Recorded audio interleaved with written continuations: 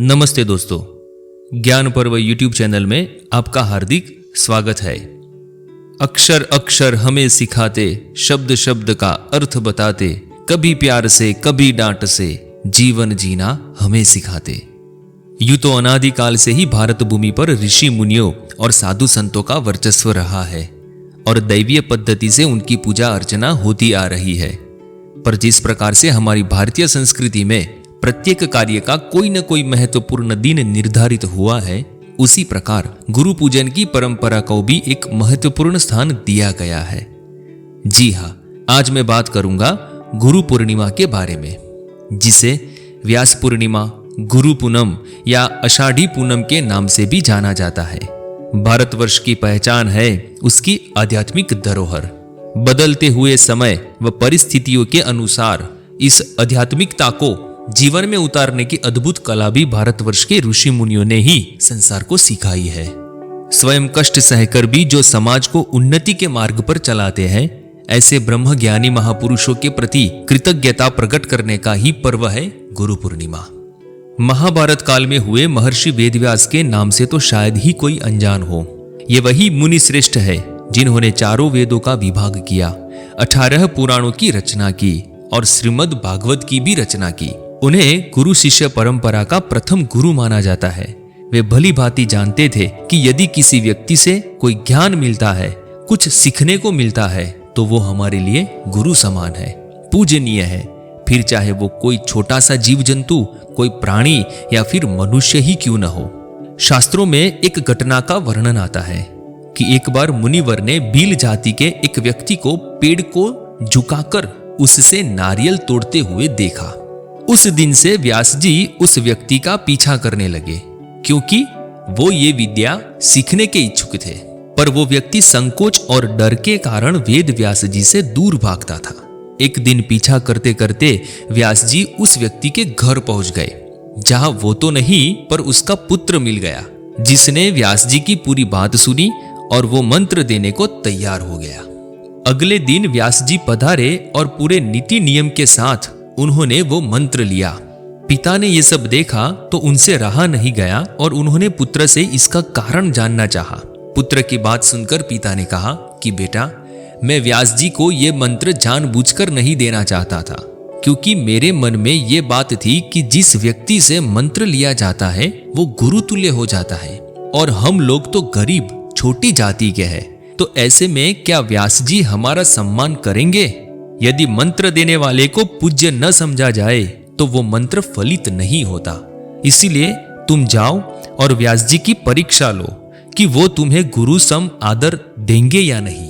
पुत्र अगले ही दिन पहुंच गया व्यास जी के आश्रम में, जहां वो अपने साथियों से विचार विमर्श कर रहे थे। अपने गुरु को आते देखकर व्यास जी दौड़कर आए और उनका पाद पूजन कर नीति नियम से उनका मान सम्मान किया। ये देखकर वो व्यक्ति बड़ा प्रसन्न हुआ और तब उसकी और उसके पिता की सारी दुविधाएं मिट गई कि जो व्यक्ति एक छोटी जाति के व्यक्ति को भी गुरु तुल्य महत्व देता हो, वो वाकई में परम पूजनीय है।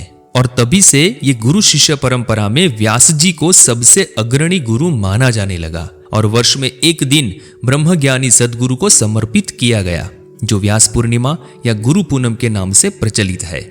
ये भी माना जाता है कि आज ही के दिन भगवान गौतम बुद्ध ने पहली बार सारनाथ में अपना पहला उपदेश दिया था।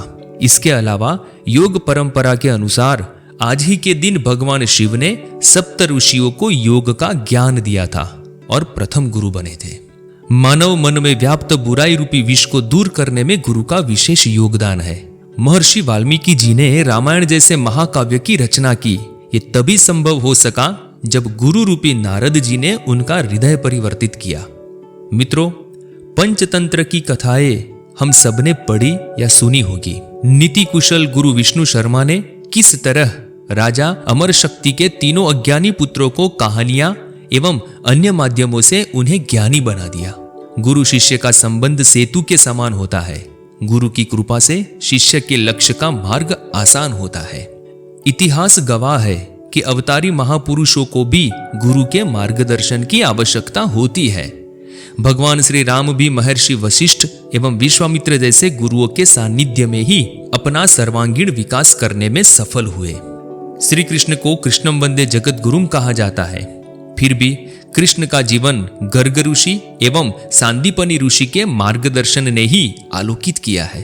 कहने का आशय यह है कि मनुष्य प्रत्येक को संपूर्ण विकास हेतु एवं आध्यात्मिक प्रकाश के लिए गुरु का सानिध्य अति महत्वपूर्ण है। इतना ही नहीं, स्वामी विवेकानंद जी को बचपन से परमात्मा को पाने की चाह थी। उनकी ये इच्छा तभी पूरी हो सकी जब उनको गुरु परमहंस का आशीर्वाद मिला। गुरु की कृपा से ही आत्म साक्षात्कार हो सका। छत्रपति शिवाजी पर अपने गुरु समर्थ गुरु रामदास का प्रभाव हमेशा रहा था। गुरु द्वारा कहा एक शब्द या उनकी छवि मानव की काया पलट कर सकती है। गुरु गोविंद दोऊ खड़े काके लागू पाए, बलिहारी गुरु आपकी गोविंद दियो बताए। गुरु का स्थान ईश्वर से भी श्रेष्ठ है। गुरु हमारे अंतर मन को आहत किए बिना हमें सभ्य जीवन जीने योग्य बनाते हैं। दुनिया को देखने का नजरिया गुरु की कृपा से मिलता है। पुरातन काल से चली आ रही गुरु महिमा को शब्दों में लिखा ही नहीं जा सकता। संत कबीर भी कहते हैं, सब धरती कागज करू, लेखनी सब वनराज, सात समुंदर की मसी करू, गुरु गुण लिखा न जाए। गुरु पूर्णिमा के पर्व पर अपने गुरु को सिर्फ याद करने का यह एक नम्र प्रयास है। गुरु की महिमा बताना तो सूरज को दीपक दिखाने के समान है। गुरु की कृपा हम सबको प्राप्त हो। धन्यवाद।